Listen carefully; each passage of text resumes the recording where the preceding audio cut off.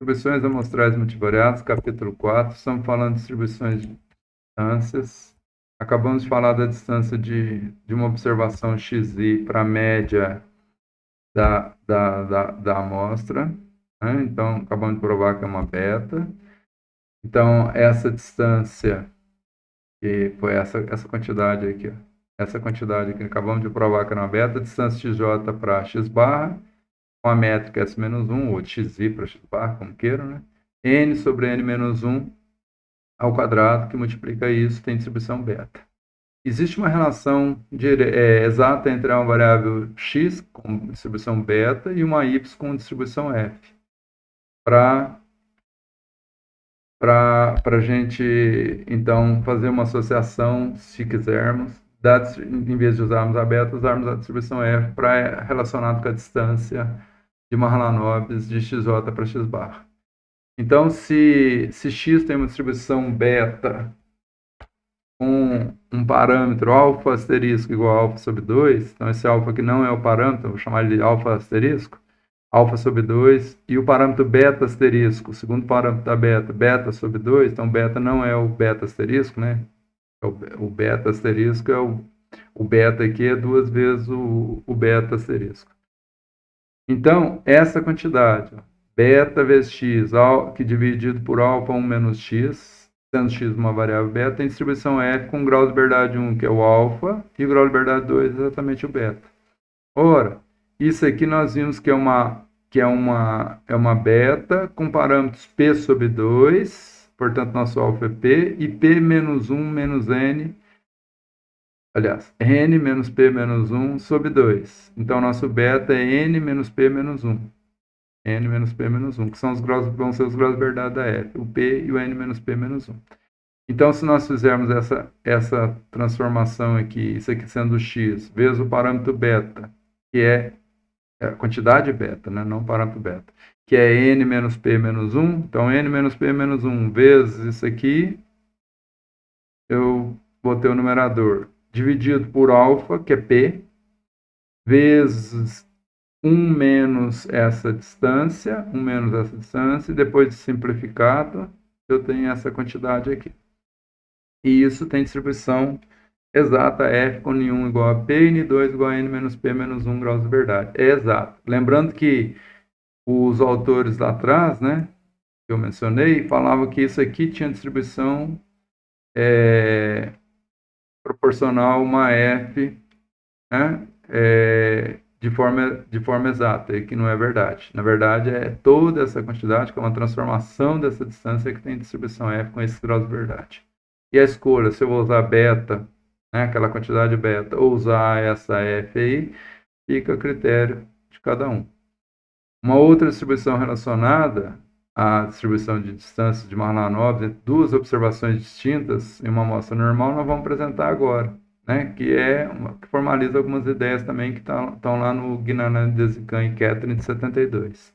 É o nosso teorema 7. Então, nós temos uma amostra normal com média μ, covariância sigma, normal multivariada. X barra e E são os vetores de média, são vetor de médias, e a matriz de covariância amostrais, respectivamente. Então, a distância de Mahalanobis entre xi quadrático, né? Portanto, xi e xk com métrica S-1, dividido por 2 vezes n menos 1, ou seja, a distância de Mahalanobis entre xi e xk, eu vou chamar aqui de D2 e k, dividido por 2n menos 1, então D2 e k sobre 2n menos 1, vai ter distribuição beta exato com aqueles mesmos parâmetros. Alfa agora, que é o parâmetro, beta p sobre 2, e beta n menos p menos 1 sobre 2. P é a dimensão e n o tamanho da amostra. Se nós decompusermos a matriz da seguinte forma, uma W, a matriz W, somos quadrados de produtos, que nós já definimos no teorema anterior, como W e K, entre parênteses, e W e K fora do parênteses, em que W e K meio do produto externo, xi menos xk, né? Então, xi menos xk vezes xi menos xk transposto, dividido por 2, esse W e K. E a W e K é a matriz de somas de quadrados e produtos correspondentes a eliminação das variáveis x e xk da nossa amostra. Então, eu vou somar para todo J de 1 a N os produtos externos, ó, xj menos a média de todas as observações, exceto a iésima e a késima. Então, xj menos x barra ik, sem o i, sem o k.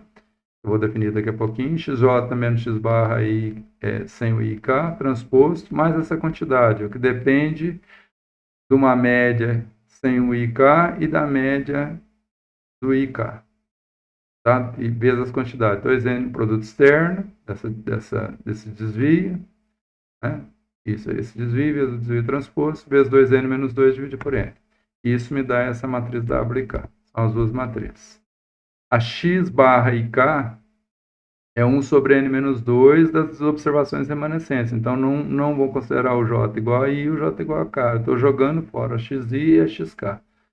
E o X barra IK, I, vírgula K, é a média das observações XI e XK. Então, XI mais XK dividido por 2. A média das duas observações que eu tinha tirado nessa outra média aqui. A primeira obtida em uma amostra que eliminamos x e xk, adicionada de uma função da matriz de produto externo da diferença entre as médias do grupo com n-2 e duas observações. Então, soma de quadrados de produtos do grupo sem ela, com uma quantidade que depende dessas médias aqui. As médias mencionadas são essas aqui. Essa decomposição resulta de dois fatores independentes, um n-2 e 1 grau de liberdade, sendo ambos com distribuição Wishart com dimensão P e parâmetros de covariação sigma. A matriz aleatória W e K é o resultado de uma soma de quadrados de produtos de um conjunto de observações em que x e xk foram removidos, com n-3 graus de liberdade.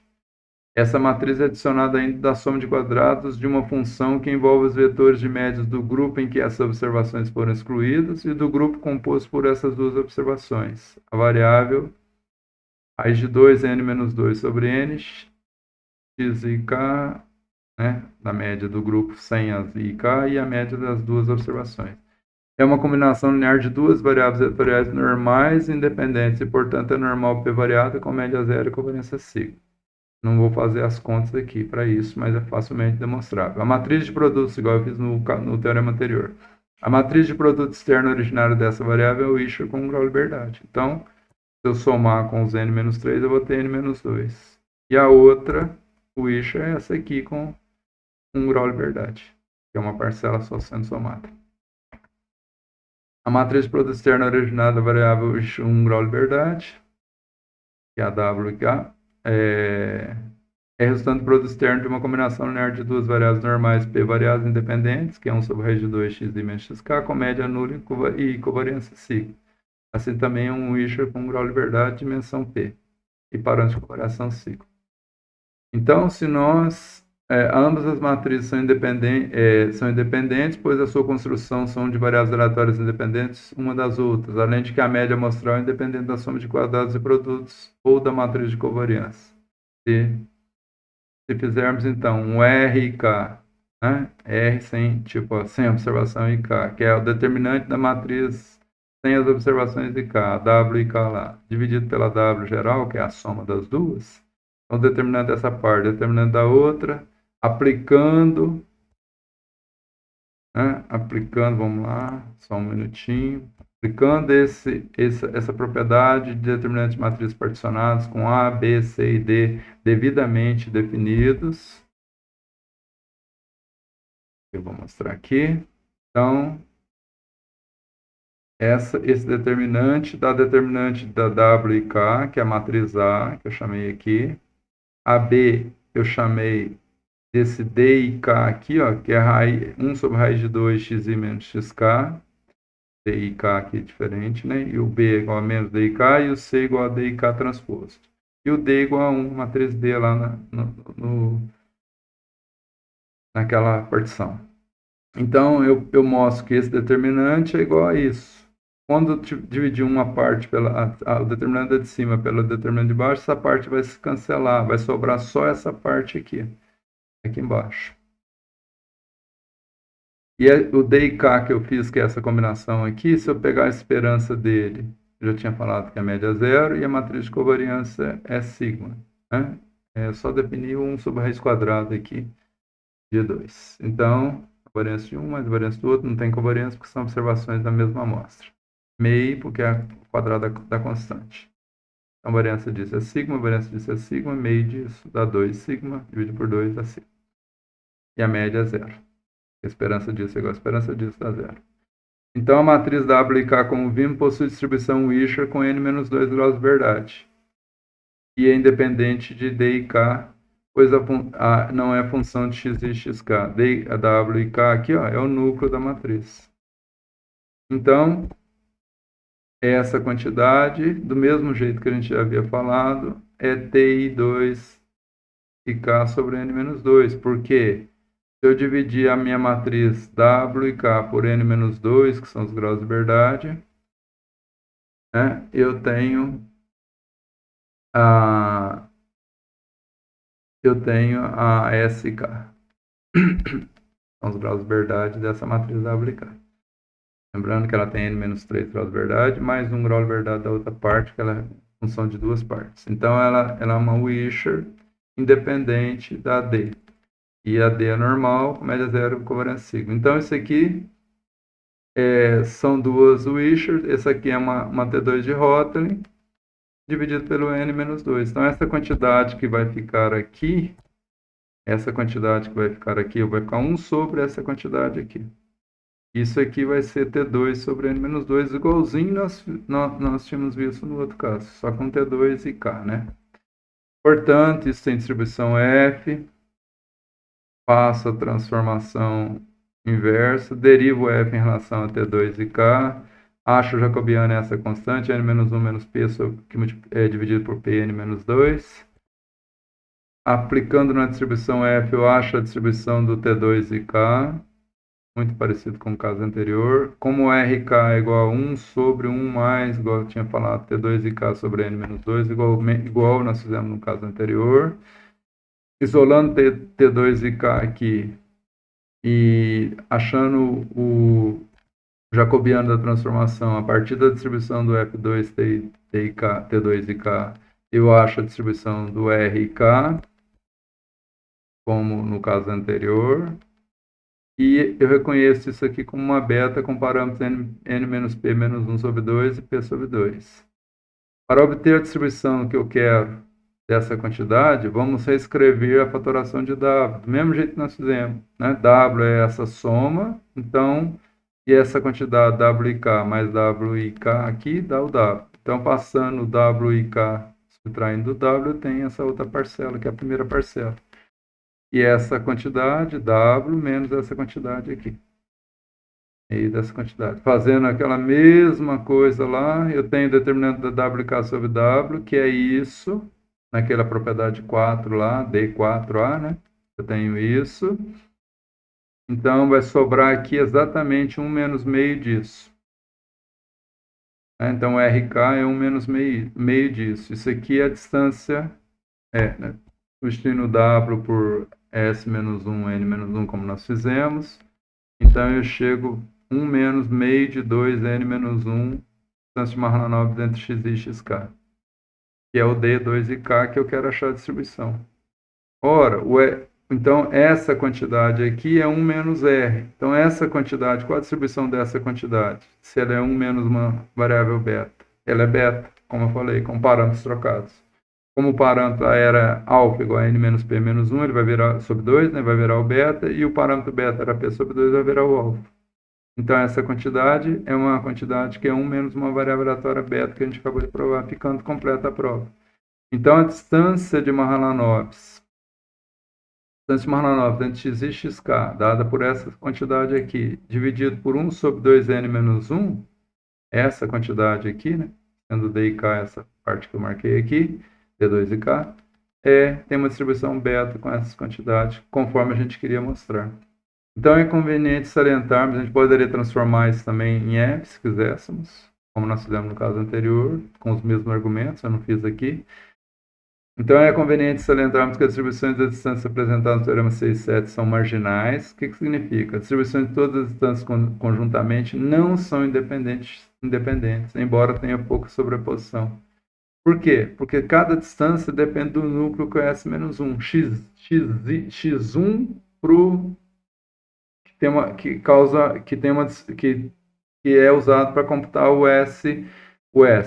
X2 para a média, que é usado, ou para XK, né, XI e XK, que são usados para computar o S. Quando eu tiver um XI, o mesmo XI para um XJ, diferente do I e do J, do K, então vai ter uma sobreposição de uma observação na mesma expressão. Então vai dar correlação entre as diferentes distâncias, entre pares de distâncias diferentes. Assim, alguns cuidados devem ser tomados para adotar algum critério de corte em dedograma, se a gente basear nessa distribuição, porque existe dependência, né, entre os diferentes D2Is e os diferentes DIKs, né, se for o caso, distância entre pares de variáveis.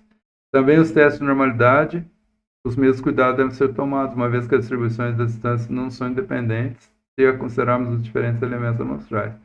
A gente já usou isso em alguns testes, formulando testes de normalidade multivariados, que eu não apresentei lá, porque eram testes que a gente tinha desenvolvido e não estão no meu livro ainda. Em geral, a correlação entre D2I, no primeiro caso, e D2K, que é o caso do teorema 6, é negativa e é dado por menos 1 sobre N-1. E se a amostra for muito grande, se o N for muito grande, se aproxima de zero. Então pode ser considerado desprezível. E aí elas funcionarem quase que como independentes. Então, nós consultamos o livro do Giri, os artigos do Guinan, Desikan e Catherine, de 72, na Biométricas, o do Harding Hockey, né? Distribuição de distâncias robustas, que ele afirma aquilo lá que eu não concordo, né? E que a gente prova que não é verdade. O livro de Luptkov, para várias propriedades de matriz, né? Matrizes de partições e tal. Moody, Grebel e Boas. A gente usou várias partes teóricas aqui, né? Da teoria estatística de probabilidade. Moorhead, que é um excepcional livro de multivariado, né? Aspects of Multivariate Statistical Theory, de 82. E Smith-Hawking, que é da geração de variáveis aleatórias Wishart. Um algoritmo da Applied Statistics 53. Da Royal Statistical Society, série C, 72. Então, muito obrigado por assistir essa aula. Então, nós terminamos o capítulo 4. Essa é a terceira parte, né, das distribuições de distância. Espero que vocês tenham aprendido bastante teoria. E agora a gente vai entrar numa parte, né, que é o capítulo 5, que é a inferência sobre vetores de médias de uma população normal, multivariada. Então, nós vamos fazer inferência, estimação por região, etc., nos modelos normais multivariados, e vamos fazer também num modelo multinomial, que é para proporções multinomiais. E também é um tipo de média, só que com variáveis que são proporções, né? Obrigado por assistirem, espero que vocês tenham gostado, que estejam aprendendo realmente multivariado, né? É uma multivariada mais raiz, né? Com as teorias sendo ministradas aqui para vocês. Até lá, então, até a próxima aula.